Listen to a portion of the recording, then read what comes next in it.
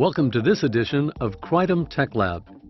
Solid-state relay users can ensure the reliability of their relays or contactors by observing some simple rules when installing them in their applications. To help them, this Crydom Tech Lab presentation will demonstrate how to correctly install a panel-mounted solid-state relay to a panel or heatsink.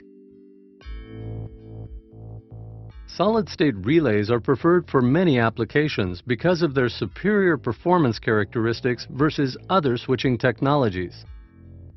Life expectancy and reliability are only two of them among many others. You can increase the reliability of your solid-state relay or contactor by following three simple rules when installing the SSR in your application. The first one is to manage thermal power dissipation. SSRs and SSCs generate thermal power dissipation during the conduction of load current.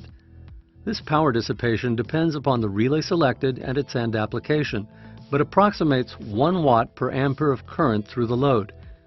Efficiently removing this energy from the relay helps ensure its reliability. The mounting surfaces of SSRs rated above 5 amps also typically serve as a transfer area to move thermal energy out of the relay into the surrounding environment. These surfaces should be flat and free of any interfering materials.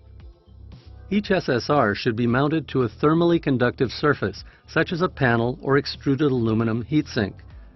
The area of the panel or heatsink where the SSR is to reside must also be flat and clear of any interfering materials.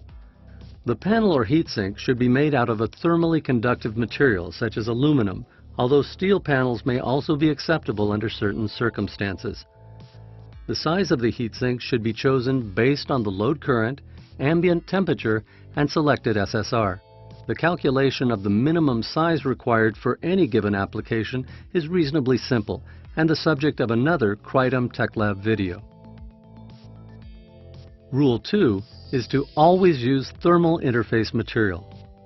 Once the SSR and heatsink are selected, the next step is to place a thermal interface material between the SSR and flat heatsink surface prior to SSR mounting.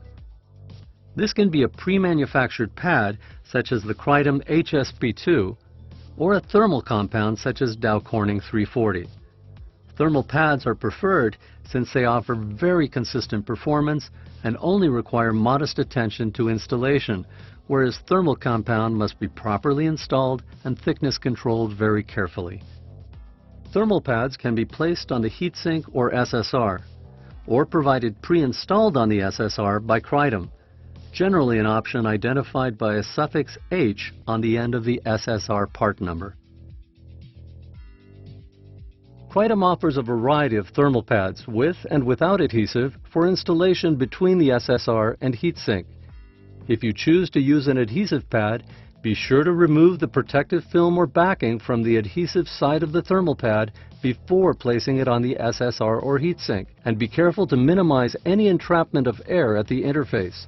Additional information on thermal pad performance and selection is available at Crydom.com.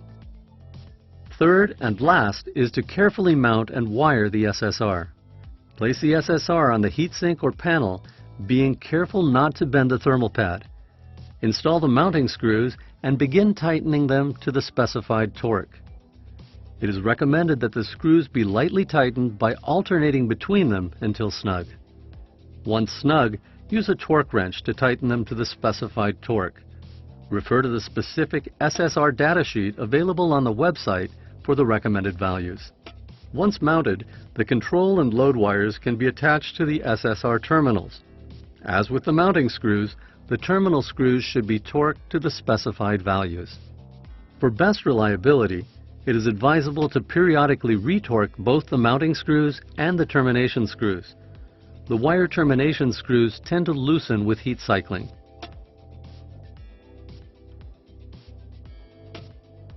Ready to install your SSR? Let's take one last quick look. Solid-state relays and contactors generate thermal power dissipation during their conduction of load current, which must be managed using a panel or extruded aluminum heatsink. Remember to use thermal interface material to help move thermal energy out of the relay onto the mounting surface. When mounting, Be careful not to bend the thermal pad and be sure to use the recommended torque when tightening the mounting and wire termination screws. Increasing the reliability of your solid-state relay or contactor is as easy as 1, 2, 3. If you have any further questions, please contact Crydom Tech Support.